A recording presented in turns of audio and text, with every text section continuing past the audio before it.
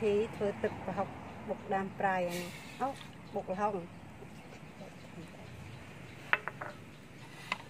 hồng là nam máy này sao máy covid ngâm kêu cho anh còn bột hồng chai bột kêu chai thế chỉ thực học mình đặt đam đi ở bột thấy cái đam prai mình cắt nó mình bay về sạch nó bẻ xong trên tới dưới đặt vô đặt cho anh đặt kia cầm oi miền đi rồi bụng là hồng anh mày máy covid đánh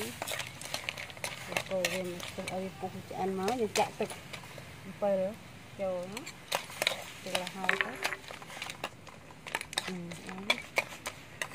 liên tục ở cho anh đam đấy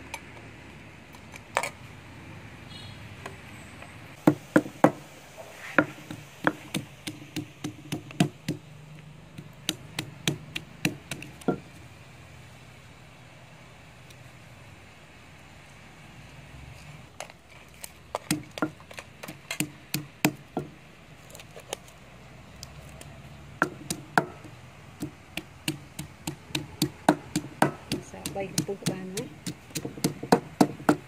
lọc một tê cream tê chén bốn này đi cháy đã mua ti tới ở dưới ly kia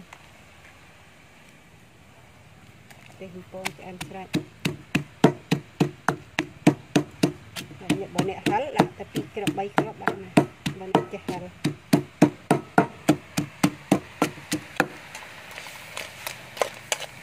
anh hái làm cho anh hái nhưng ít tới sân thế đi rửa sân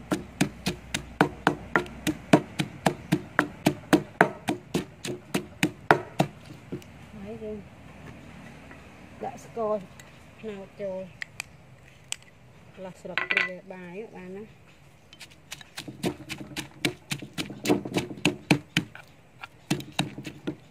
dạ tập trái chỗ trái sập prия là đẹp bài nó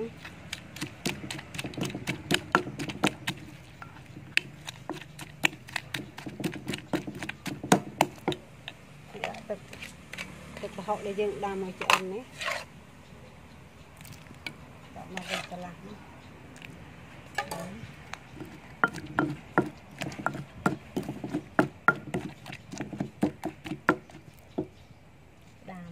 đam cho anh ấy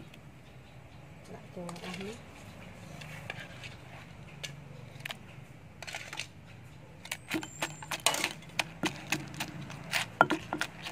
bộ cam kết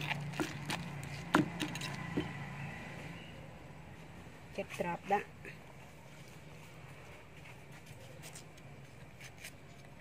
trap liên tục ở hỏi trap pi pla nó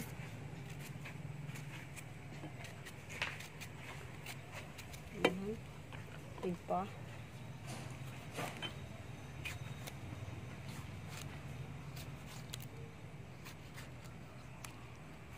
vậy đã đồng plái thống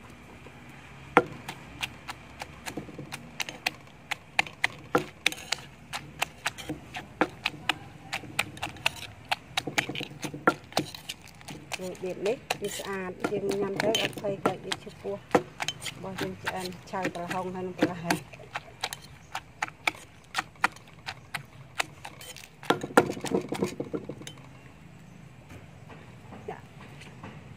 hồng vô nước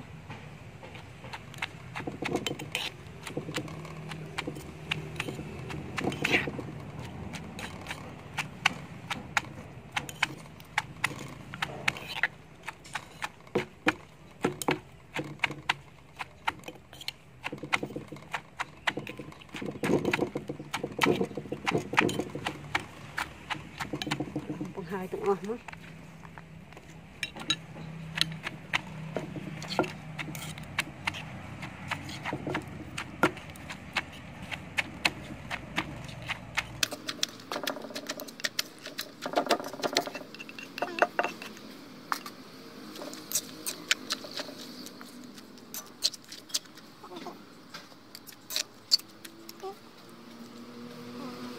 Lại tới